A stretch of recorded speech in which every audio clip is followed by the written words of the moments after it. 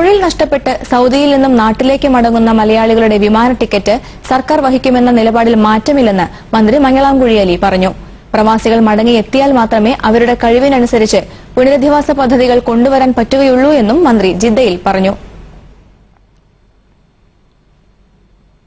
മലയാളികളുടെ വിമാന ടിക്കറ്റ് നിരക്ക് ഗവൺമെന്റ് വഹിക്കും എന്ന നിലപാടിൽ മാറ്റമില്ലെന്ന് മന്ത്രി മഞ്ഞളാം കുഴിയലി പറഞ്ഞു. എന്നാൽ സൗദിയിലെ ഇന്ത്യൻ എംബസിയിലും കോൺസുലേറ്റിലും രജിസ്റ്റർ ചെയ്ത നിയമലംഘകരുടെ എണ്ണം പ്രതീക്ഷിച്ചത്ര ഇല്ലാത്തതുകൊണ്ടാണ് ഇത് പ്രാബല്യത്തിൽ വരാത്തതെന്ന് അദ്ദേഹം പറഞ്ഞു. ജിദ്ദ ഇന്ത്യൻ മീഡിയ ഫോറം സംഘടിപ്പിച്ച മീറ്റ് ദ പ്രസിൽ സംസാരിക്കുകയായിരുന്നു മന്ത്രി.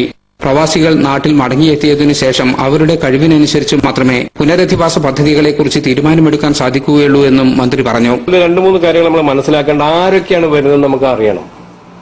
ഈ മടങ്ങി വരുന്നത് സ്കിൽഡ് ആണോ, അൺസ്കിൽഡ് ആണോ, പിന്നെ സെമി സ്കിൽഡ് ആണോ? നമ്മളിപ്പോ എന്തെങ്കിലും ഒരു പ്ലാൻ നമ്മൾ ചെയ്യുന്ന സമയത്ത് ഈ മടങ്ങി വരുന്ന ആൾക്കാരുടെ കപ്പാസിറ്റി കൂടി നോക്കാതെ നമ്മൾ ഇതാണ് നമ്മൾ ഉദ്ദേശിക്കുക.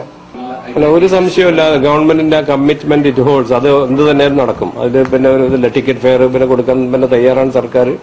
അതിനുവേണ്ടിയുള്ള ശ്രമങ്ങൾ നടത്തുന്നുണ്ട്. പക്ഷെ ഉള്ള പ്രശ്നം എന്താണെന്ന് വെച്ചാൽ നമ്മൾ ഉദ്ദേശിച്ച രീതിയിൽ ഇതിന്റെ രജിസ്ട്രേഷൻ വന്നില്ല. പ്രവാസികളുടെ നിക്ഷേപം സ്വീകരിച്ചുകൊണ്ട് മുനിസിപ്പാലിറ്റിയുടെ ഭൂമിയിൽ ബസ് സ്റ്റാൻഡ്, ഷോപ്പിംഗ് കോംപ്ലക്സ് പോലുള്ള പുതിയ പദ്ധതികൾ കൊണ്ടുവരും.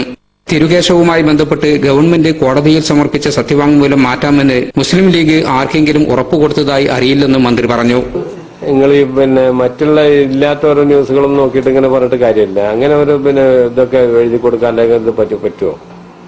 എല്ലാവരും ഈ നാട്ടില് എല്ലാവരുടെയും നിലനിൽപ്പും എല്ലാവരുടെയും കാര്യങ്ങളൊക്കെ ഉണ്ടല്ലോ. അങ്ങനെയുള്ളൊരു അഷുറൻസ് അല്ലെങ്കിൽ സംഗതി കൊടുത്തായിട്ട് എനിക്കറിയില്ല.